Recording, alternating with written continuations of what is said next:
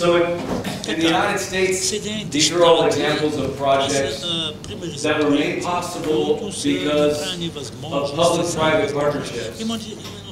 And many of these were started and maintained by just very passionate people who care a lot about their communities to get these projects done. And I'm going to give you a couple of those examples. When I talk about public-private partnerships today, I'm not really speaking so much as many examples you read about that are international in nature. You know, internationally, you read a lot about third world countries that are using public-private partnerships to build infrastructure. But I wanted to really show examples of, as I said, more neighborhood-based and city-based projects. So we use the term public-private partnerships to be any relationship between a public entity and a private entity, whether it's for-profit, not-for-profit. A partnership like that can be informal or formal. It can have a contract, it can be on a handshake. It can honestly have lots of money involved, or maybe you find something else different. It could be just because you found common ground and common interests, and people understand that. And that's why project gets done. And as I mentioned, it can be something as small as a site-specific building or as large as a comprehensive plan. I mentioned this quote here from the Brookings Institution that in America, the United States, P3s, which is public-private partnerships, are relatively new.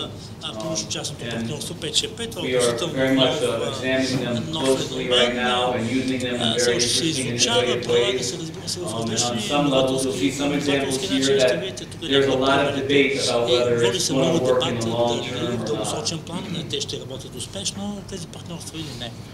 not. We're using them, I think, for three main purposes.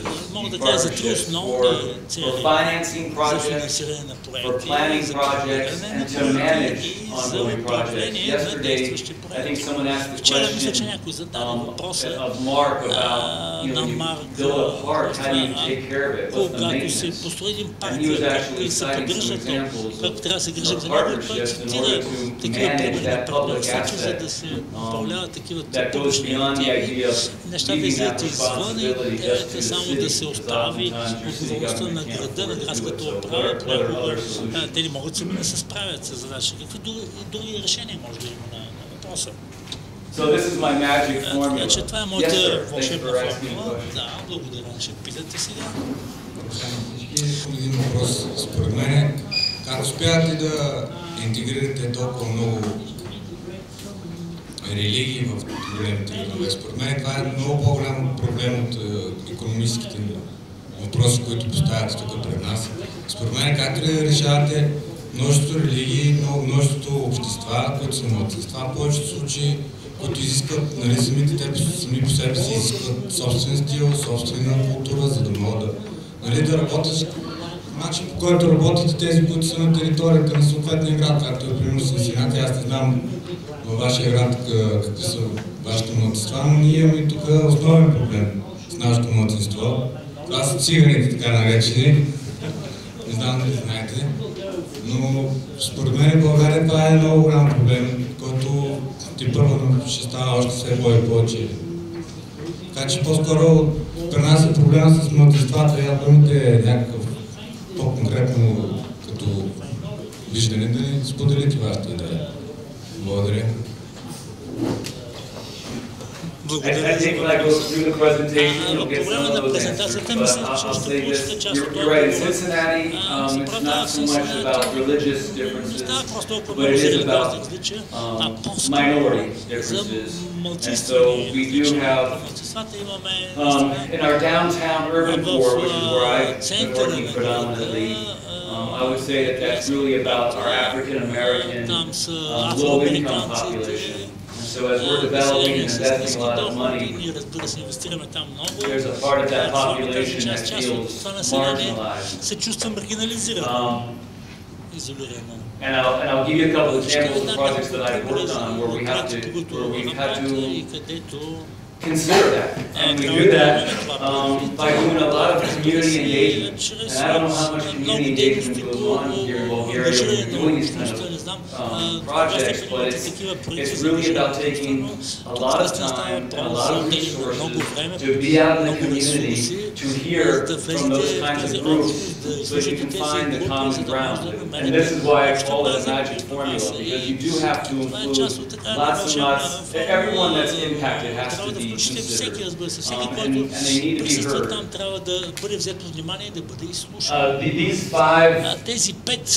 These five components of the formula are what I personally practice and think that if they're applied well, you can be successful with these kinds of partnerships. It's about collaboration. You can do that through charrettes.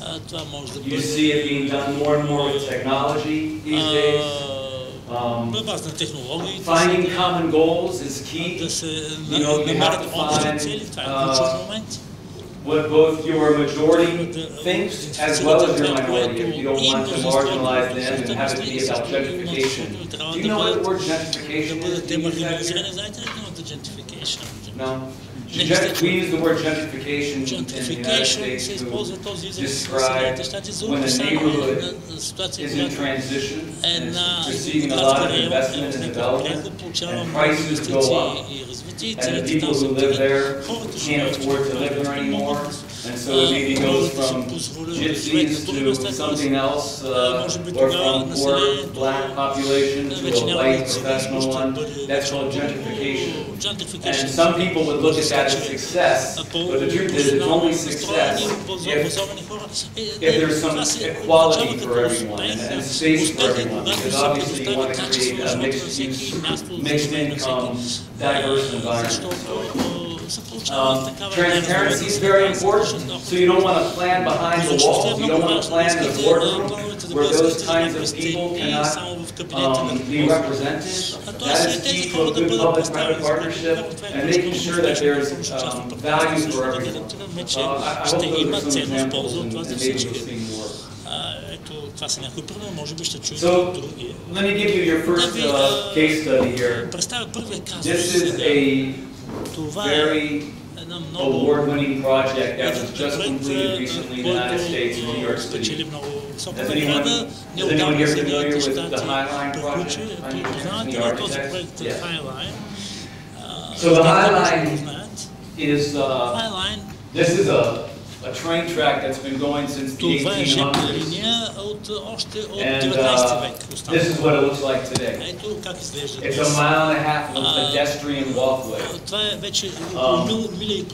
The history of it is that in the 80s, the last train ran on it, and there was a lot of energy about closing it down and removing the trash. You know, in New York City, every piece of land is very valuable, so many people, and any opportunity to find more land to build upon is the motivation.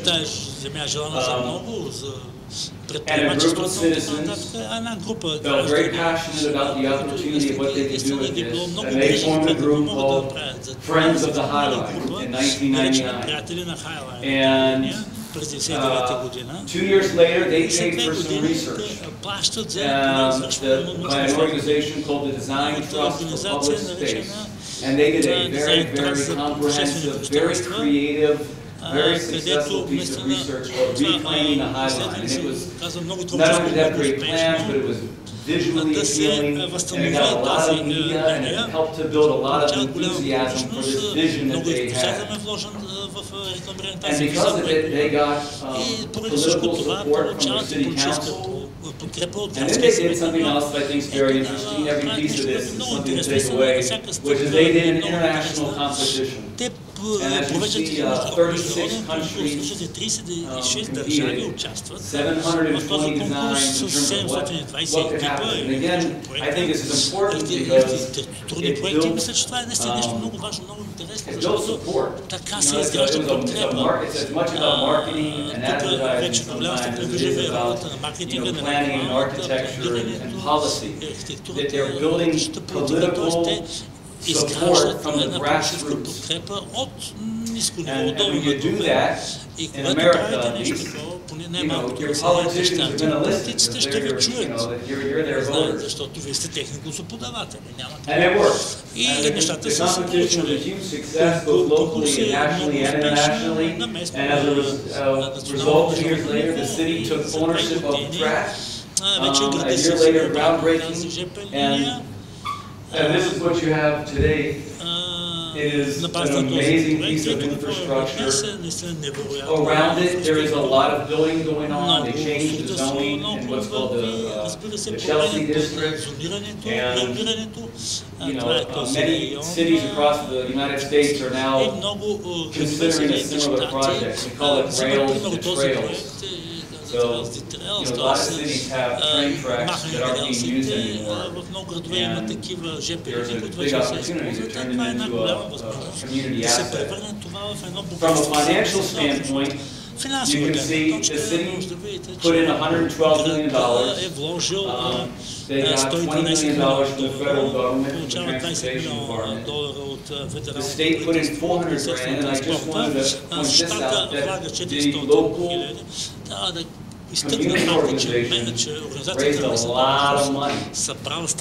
They raised $44 million of that total budget. They did that mostly through big corporate company partners and sponsors. I've asked some questions the last couple of days. I think that's kind of a new radical approach, and it's not commonly done here.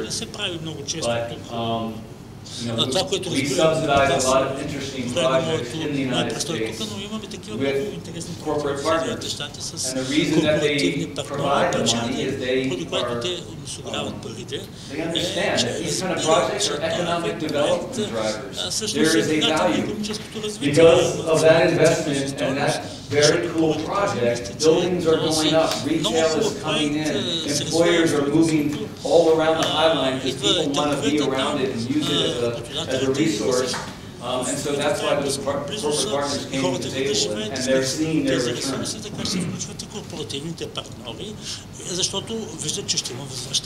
Another example I wanted to give, I wanted to try to find just kind of one European example and compare it to a local example that I'm familiar with. So I got a little familiar with the European Energy Efficiency Fund. Does anyone else know what this is? I kind of researched it and found it. Are you familiar with this at all? It's an EU program, and they provide grants and low-interest loans in order to do energy efficiency, retrofits and so forth to buildings. It looks like it's a fairly successful program in the EU. I want to use it as a comparison to a program in Cincinnati called the Greater Cincinnati Energy Alliance, which does the same thing, but it was not created as a result of our government like the EU one was. It came about because of a passionate guy who I know, a friend of mine named Andy, who was passionate about energy and retrofitting homes to make them more energy efficient and being green and having LEED certified buildings. And he set out to create this organization, and then our federal government opened up a pool of funds, and he competed for that, and he received $17 million from the federal government, and now he has a staff of about 10 people, and they are on the forefront of doing some very innovative energy efficiency programs throughout the city. So again, I use it as an example of just a passionate, what a friend of mine calls a disruptor, someone who wants to disrupt the system and do something that's really beneficial. Another example of public-private partnership. I wish I had a So financing. We finance quite a bit of public buildings, like stadiums, train tracks, train stations, even some of our highways. through these corporate partners I mentioned to you. They're called naming rights. I'm not sure if you have that here. Your sport facilities, is it sponsored by a corporation? It does? And then it becomes like the corporation's name? Yes? Like, give me an example. And what's the company? Mets? Mets, and what kind of company is that? Insurance company. Okay, so we do the same thing. And the company gets a lot of exposure, and it's part of goodwill, and when it's on television, you know, it's being referred to as that company and so forth. One of the things that I'm personally passionate about, that I'm trying to implement more of right now, is what's called legacy integrated infrastructure, which kind of turns it on its head a little bit. And instead of bringing in that corporate sponsor as kind of an afterthought, and just putting their name on it where it has no big additional value to the design and the experience of that piece of structure. What we're beginning to see now, very slowly in the United States, is the idea of bringing in the corporate sponsor in the design stage and using design thinking for that sponsorship opportunity. So I'll give you an example. This right here is in San Francisco, and it's Market Street. And they recently spent about $800,000 to do what's called parklets. Parklets is also kind of an emerging trend, and it's when they take the space of a street that normally was used for parking, and they turn it into something of public use besides parking. So here they've turned what was formerly a lane of traffic into bike racks and benches. But here's the amazing part. This was paid for not by the city. This was paid for by Audi, the car maker. It was Audi's $800,000 that did this, and the really cool part is, you don't know that it's Audi. It's not the Audi parklet, or the Audi bench, or the Audi bike rack. But what Audi did get out of it is that, as you can see, it's the Audi designers that design it. So it's much more subtle, but it really kind of shows, you know, this, wow, this could not have been designed if the city had designed it. So Audi gets to be able to express its very forward-thinking design by doing something for the public. The public benefits from this great new amenity, and it goes far beyond the idea of the city designing that and then putting Audi on the top. So you see the difference? Here's another example. We have a company in America called Planters Peanuts. Planters Peanuts exist here? Okay. It's like the largest peanut maker, I'm assuming, in the United States.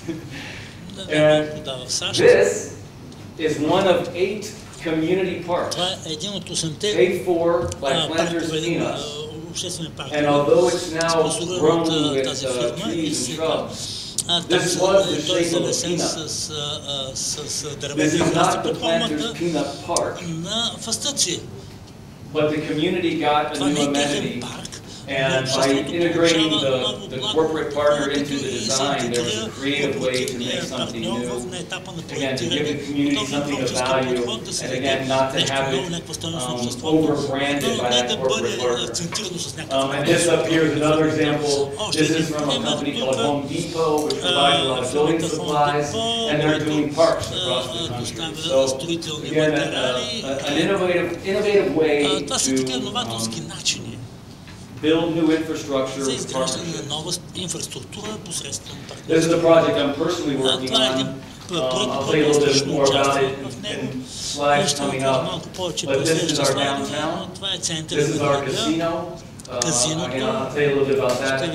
This is a 700-foot fence Това е една ограда, която е 700 фута. Искаме да я заменим с нещо по-интересно, артистично. And the city's going to put in some money, probably $200,000, and we're going to raise money from corporate partners and design something very much like Audi did and Planters Peanut, something that really brings the legacy of that corporate partner to life, while giving the city something new and exciting that can go there. So there'll be an art wall. These are examples of that. Ето, още примери отляво. I'm going to use that as just to give you one example about arts and culture. Да ви дам пример за сферата на културата и изкуството. Margie's going to speak a lot more about it this afternoon, but I think there's a big challenge certainly in the United States about how to finance more arts and culture. It's not often at the top of everybody's agenda. And some of the best ways to finance, I think Margie will explain later perhaps, but many cities, some cities in the United States actually collect taxes that go towards supporting arts and culture. And so that in itself is a public-private partnership whereby the private sector is being taxed and that money is going to public resources. Oftentimes that's subsidized through philanthropy, which are wealthy individuals or corporations that subsidize those projects, or local stakeholders, or the artists themselves. I want to give one example of how that is a success in America, and that's in a city called Charlotte, North Carolina. And I just want to give you this example that for almost 30 years, the county has been a shining example of partnerships across the city. Government, local organizations, and artists, they've built over $200 million of art institutions with that. They've created a cultural facilities master plan because of that kind of partnership. And I wanted to show you again the balance of financing. You know, the government has put in over $150 million, and that was raised through a tax on car rentals. And now you get, yesterday you heard from Dan about his organization for tourism being financed through a hotel bedroom tax. So this is another creative tax mechanism. $41 million was through debt financing, essentially when a developer is going to develop something and generate future tax revenue based on that higher and better use. A city will issue bonds and bring money to the table that way. And that was all subsidized as well with over $80 million in philanthropy and private money. So again, a partnership to build up what's a great city of arts and culture. So I personally have been involved for the past 2 years with Frank as my partner on a pretty exciting project in Cincinnati that I wanted to highlight because it's one of my motivations for sharing this with you. And that is Ohio. 2 or 3 years ago, made casino gambling legal for the first time. And Ohio has now built 4 casinos. That's what was approved by the voters. 53% of the population approved it. It was very close. In fact, they had voted on it twice before over the 20 or 30 years and it failed. But because of the economy in 2008 and people needing jobs,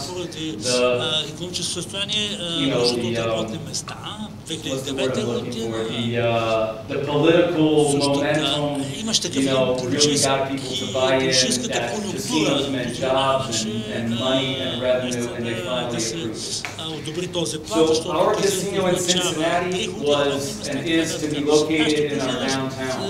And in America, which is I think different than for you, casinos traditionally are not anywhere near the urban centers. Casinos are located, if they exist, in their let's say out of our 50 states or so, there's, I don't know, half the states have gambling. Most of our gambling is done on Indian reservations. Най-често те са на територията на индиански резервати за индианци. Las Vegas is the one city where it's Лас in the Вегас е urban center. единственият Everywhere град, else, където всичко casinos are on е the в центъра. outside. You go Навсякъде outside. е извън града, са извън града казината. And ours, though this was going to be one of the first we located in our city, this is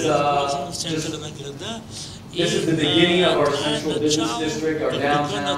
This is the other side of our downtown, which is called Over the Rhine. You'll hear about it probably from multiple people this weekend. And this was a 20-acre parking lot that's now a casino. What I want to impress upon you is that our city was unprepared, as your city probably is unprepared for many different kind of urban development issues and experiences. And with Frank again as my partner and many other downtown passionate people, we went to the city and to business owners and residents and major stakeholders of downtown to push them to be better prepared for what was about to happen, which was a $400 million facility that would be open 24 hours a day, 7 days a week for gambling. I mean, we had nothing like that. And as a result of that, I ended up forming a non-profit organization made up again of just creative, passionate professionals like yourselves. And we contracted with the city of Cincinnati to be the consultants for the planning of the casino.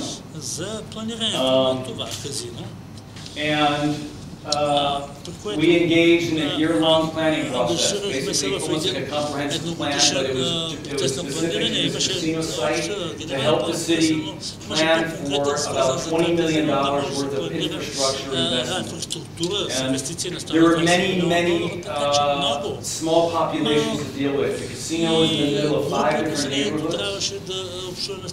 Our biggest corporations and wealthiest people have investment around it, and our poorest, most marginalized population has lives right around it. So we had to work very broadly and find common interests and common desires, and we had to level the playing field so that we could find a plan that worked for everyone. And it was a very exciting experience.